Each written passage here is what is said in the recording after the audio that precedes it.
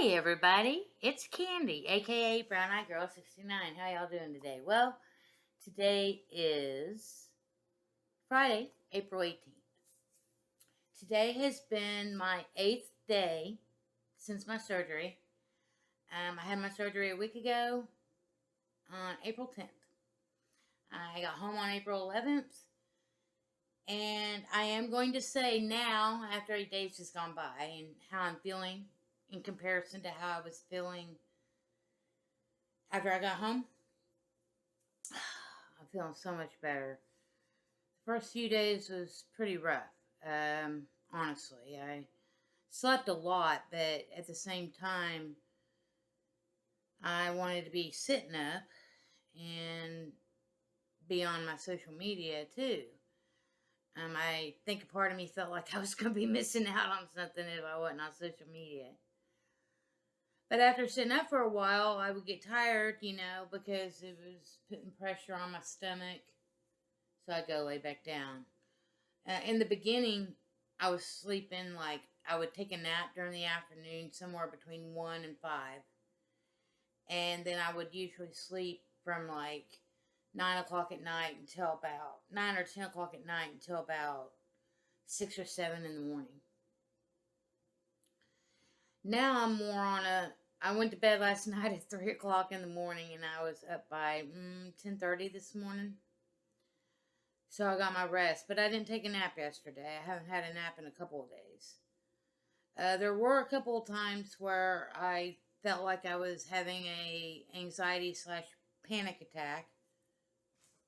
I don't know how it came on or anything. All I know is once I started feeling that way, that was just my body's way of telling me, you need to go lay down. So I'd go make myself horizontal, and I'd usually drift off or just lay there until I didn't feel like I was having any more of those symptoms, so to speak. I've gotten everything taken care of as far as my disability is concerned. I'm just waiting on one last bit of paperwork to come through for me, and everything's completed. But my insurance company basically already told me that I'm approved for 6 weeks, so I have another 5 weeks. I'll receive my first check. Well, they sent it out today.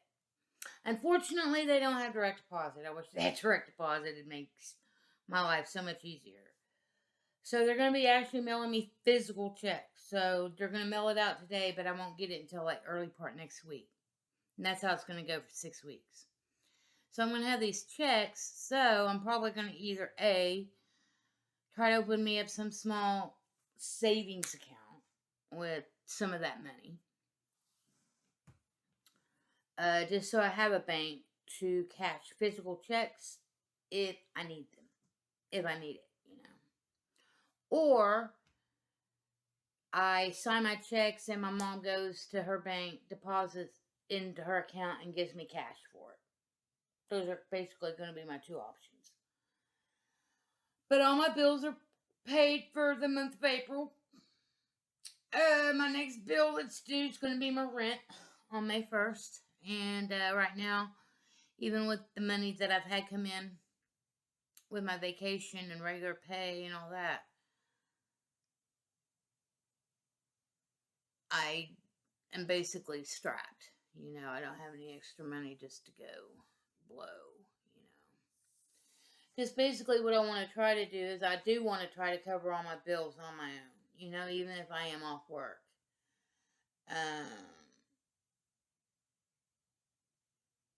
And not have to worry about feeling indebted to my mother if she gives me money. I told my daughter, I was like, well, more than likely I can cover all my bills in May. I could probably cover the rent. I could probably cover my utility bill and cell phone and electric bill for May. But I definitely won't be having enough money to cover June's rent. And June is my birthday, so we'll see how it goes. I'm not too concerned about it. my main endeavor is to heal as much as I can. My stir strips, my main stir strip on my main incision right above my belly here, it came off. What's today? Today's Friday. It came off Wednesday night. And that was like my 6th day. And they had told me in my paperwork that I needed to remove the stir strips at home between days 7 and 10. Well, night 6, it was just barely hanging there. And I'd been putting some Neosporin on there too because it was itching a lot. It still itches, but I can't itch it, so I just have to rub it. But the rest of the stir strips came off. I had one here, one here, one here, and one here. You can actually see where the robotic needle went in and punctured my skin, and then there's just like a small incision. So it's kind of cool, but I'm going to have my battle scars. I am still kind of bruised on my belly here, but I'm going to go ahead and show y'all. But that's the worst of it. As you can see, I'm still bruised on my hand where they blew my vein out when they were trying to. But yeah, there's an incision there, incision here, and then I have one down here, and one like right there. Really small. But yeah, they blew my vein out because the next time if I ever have to go to the hospital and get an IV and they ask me if I want lidocaine, I'm going to say no. I'll go ahead and take the prick without any numbing. Because I was like, lidocaine, in that numbing medicine? She's like, yeah. And I was like, okay, yeah. I'd never had a nurse ask me if I wanted lidocaine before they tried to hit a vein, in my arm or anything. So I didn't even know it was a thing. So I just said, sure, go ahead. I didn't think it was going to change anything other than my hand just being a little numb, And so she gave me a shot of the lidocaine, and then she tried to hit the vein for the IV, and it immediately just started bruising up. She was like, nope. She's like, you want me to try on the other hand without the lidocaine? I go, yeah, let's try it without the lidocaine. And she immediately was able to hit it first thing, So other than that bruise, and then let's see, where my blood pressure cup and stuff was, it's all pretty much healed. I just got that last little bit of bruising, and that's it. I'm good. My arms are good. So I'm on the road to recovery. I'm feeling better, a lot better, physically. Not having the issues that I had prior to the surgery. I still feel pressure, but it's a different kind of pressure. It's because of the after effects of the surgery. After I'm completely healed, I'm not going to have that pressure again, ever, down there. I already feel like my body shape's changed. I already feel like my energy's increased. So yeah, good things are going to come from this. I'm very excited. I just wanted to make this short update video, let y'all know that I'm doing well. I appreciate everybody that's been sending out good thoughts and well wishes for me, and for those that have kept in touch with me on other social media platforms such as Messenger or Facebook, or even in my comments below. I appreciate it.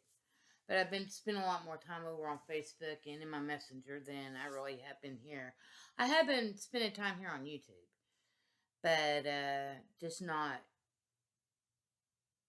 going to a lot of lives or making videos or anything like that, posts or anything. Just being an observer, watching all the craziness from a distance, and not really putting my thoughts into it or whatever, other than when I feel like I need to.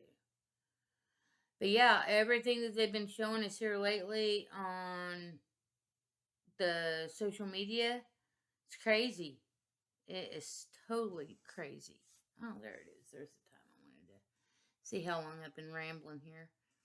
But yeah, I think it's hilarious because it's like they do something and then everybody immediately is on the bandwagon. Oh, that's fake, that's fake, that's fake. I'm starting to wonder if, that's going to be the new motive. Trying to do something to see if the people are going to call it out or not. Some people actually think it really happened. Of course, no, I don't. I don't believe in anything they show us on social media. Or not, I shouldn't say social media. I don't believe anything they show us on any kind of media platform, especially if it's the lamestream media presenting it, Um, I have no use for that. I have no use to watch TV. I have no use to try to keep up with what's going on out there. Because there's enough going on in here and in my surrounding area that I don't have time to give energy to things that don't really matter or things that I can't control.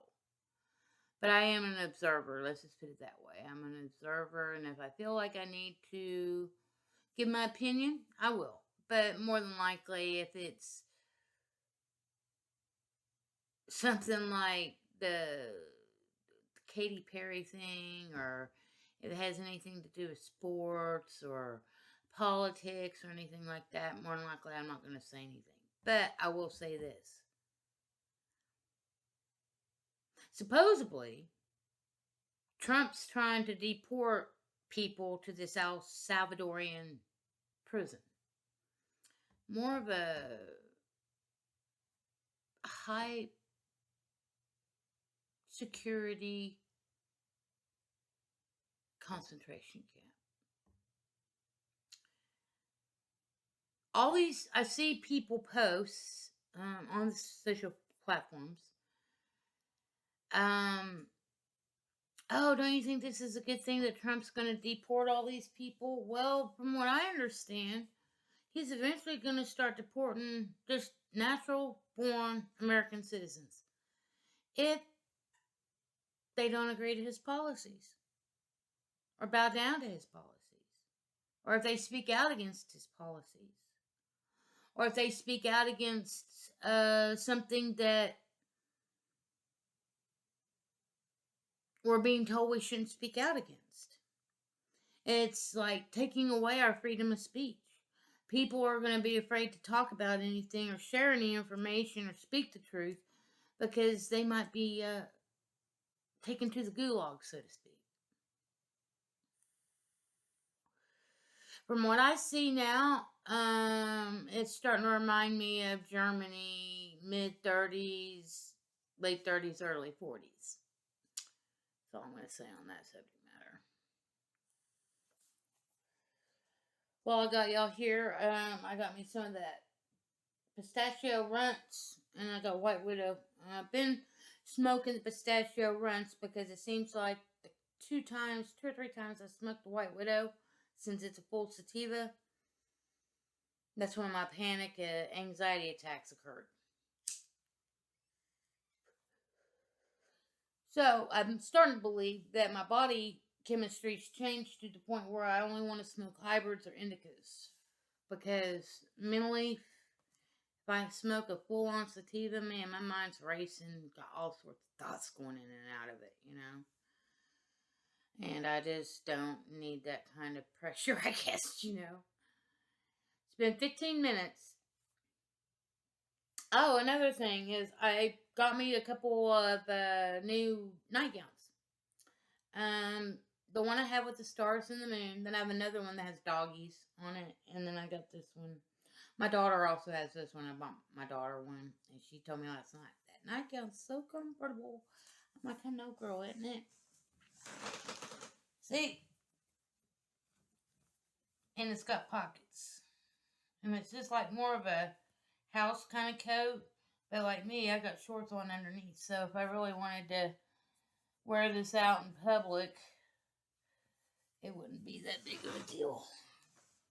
In fact, when me and Kelsey went to Walmart the other day to pick up a few things, because I told her I wanted to get a couple of things at the store, and I wanted to get a couple of new nightgowns. because they're only like $8. Um, that was my first trip out, I think, 4 to 5 days after my surgery. This one, I think it was Tuesday when we went. So it was like 3 days ago. Anyways, I'm just starting to ramble. Much ado about nothing. Take care. Much love. Peace, love, hugs, and hugs. I'm grateful for everything that's happened to me in the last few weeks. I'm grateful for my job. I'm grateful that I have the insurance that I have. I'm grateful that I listened to my intuition. Um, because I started having issues, I would say, in the summer of 23. If I had to start thinking back about when my issues started to occur that I took notice of, was probably May, June of 23. So it'd been going on for almost 2 years. And I told myself, I started working my job in August of 23. And when I first started working this job, I wasn't making enough money. I didn't feel like I was making enough money to enroll in insurance, even though I could have enrolled in my insurance in October of 23. But I just didn't want to have to shell out an extra $20 a month at that point in time. So by the time October of 24 rolled around and open enrollment was available again for insurance, I went ahead and took it. And it started in January of this year, and I immediately, I had plans to go to the doctor and get me a general practitioner and get set up with a OBGYN, etc. But then it was kind of like things happen in life sometimes without your consent, so to speak. Just life situations or whatever. And my body was telling me, it's time. It's time to take care of this problem. And I'm glad I listened. I'm glad I listened to my body. I'm glad that I went to the hospital when I did. I'm glad that I got the doctor I did. I'm glad I got all the tests I did. And I'm glad that I no longer have that issue to deal with. And like I said before my surgery, all these women told me, Candy, you're going to be so relieved. You're going to be so grateful after it's all said and done. Even if it takes a few weeks to a few months for you to actually feel better and really think about the situation. I'm telling you right now,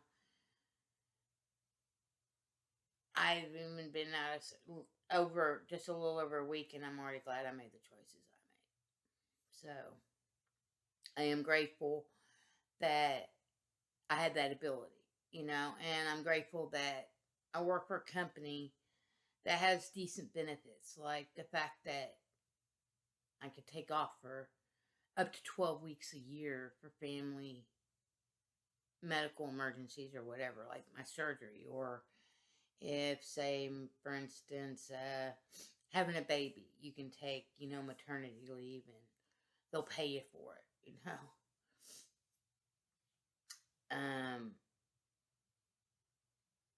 or not pay you for it, but you can take it without the fear of losing your job. Just like me, I could take this time off to heal from this major surgery and not have to worry about not having a job to go back to. So I'm grateful for that, and I'm grateful that my insurance is paying the majority of it, even though I do have, what's the word I'm looking for? A deductible, a $400 that I got to pay towards my operation before my insurance will pay anything.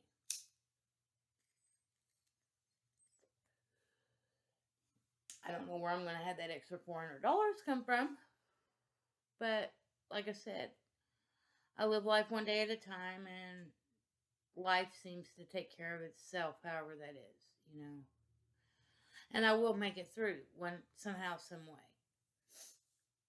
Anyway, I do have a Cash App available if anybody feels led to, help me out with a few bucks. That's cool. I will gratefully accept it and say thank you.